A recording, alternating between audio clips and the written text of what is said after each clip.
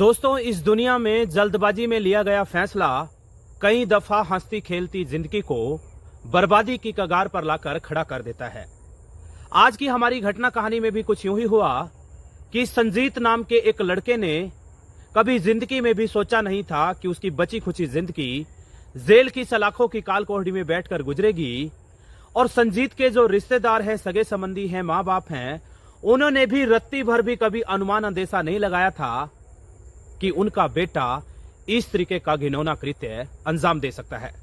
नमस्कार दोस्तों, मैं हूं आपका अपना सुशील कश्यप हरियाणा से और हाजिर हूं लेकर के एक और नया क्राइम एपिसोड। आज की जो हमारी घटना कहानी है वो संबंध रखती है हरियाणा प्रदेश के जिला गुरुग्राम से। गुरुग्राम जिले के अंतर्गत एक जगह पड़ती है सोहना। दोस्तों, गुरुग्राम के उसी सोहना इलाके में संजीत नाम के नौजवान लड़के का ननिहाल था। वही संजीत जिसने हाल फिलहाल ही एमए की डिग्री पास की थी और छुट्टियां होने की वजह से संजीत अपने मामा के घर आया हुआ था। परिवार में बात करें तो माँ बाप हैं, एक भाई है जो कि अपने काम धंधे में पूरी तरीके से व्यस्त थे। और जो ननिहाल था, संजीत के ननिहाल में मुख्य तौर पर उसका मामा, मामी, नाना, नानी और कुछ उनके बच्चे थे।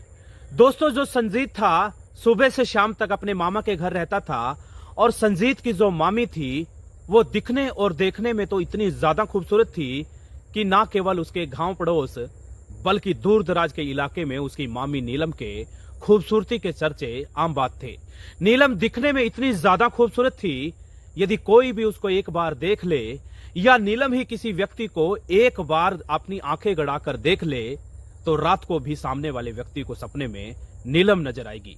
दोस्तों, देखते ही देखते समय बीतता है और समय बीतने के साथ साथ नीलम और उसके ही भांजे यानी कि संजीत का प्रेम प्रसंग चल पड़ता है। क्योंकि इस जानकारी अनुसार जो नीलम थी वो अपने पति से रत्ती भर भी खुश नहीं थी। यानी जिस तरीके का शारीरिक सुख एक महिला चाहती है उस तरीके का शारीरिक सुख नीलम का पति उसको नहीं दे पा रहा था।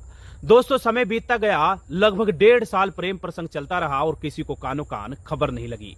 लेकिन इस पूरी घटना कहानी का खुलासा तब हुआ जब एक दिन नीलम का पति दीपक अचानक से घर आ पड़ता है और घर आकर देखता है कि सामने कमरे में उसकी ही खूबसूरत पत्नी नीलम उसके ही सगे भांजे संचित के साथ बाहों में लेटी हुई है, यानी कि आपत्तिजनक स्थिति में है। और जब ये सब नजारा नीलम का ही पति अपनी आंखों से देखता है तो उसके कदमों तले जमीन सरक चुकी थी और वो एकदम गुस्से से लाल होकर अपने भांजे पर टूट पड़ा।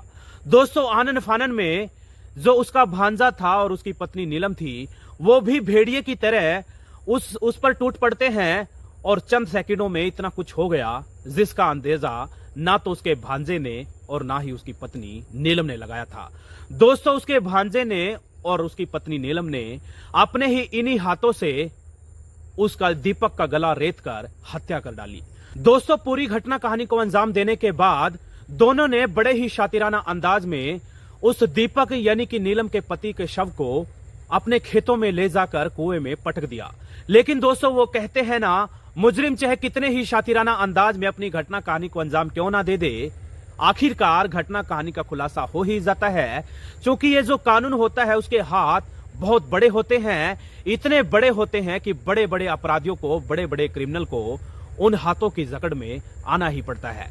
दोस्तों, पूरी घटना कहानी का खुलासा जब हुआ तो एक एक कड़ी को जोड़ते जोड़ते पुलिस आखिरकार मुजरिम के गिरेबान तक पहुंच चुकी है। बहरहाल दोस्तों, पूरी घटना कहानी का जैसे ही इलाके में लोगों को पता चला तो ना केवल आस पड़ोस में बल्कि दूर दराज के इलाके में भी ये घटना कहानी ठीक वैसे ही फैल रही है जैसे कि सूखे जंगल में आग फैला करती है।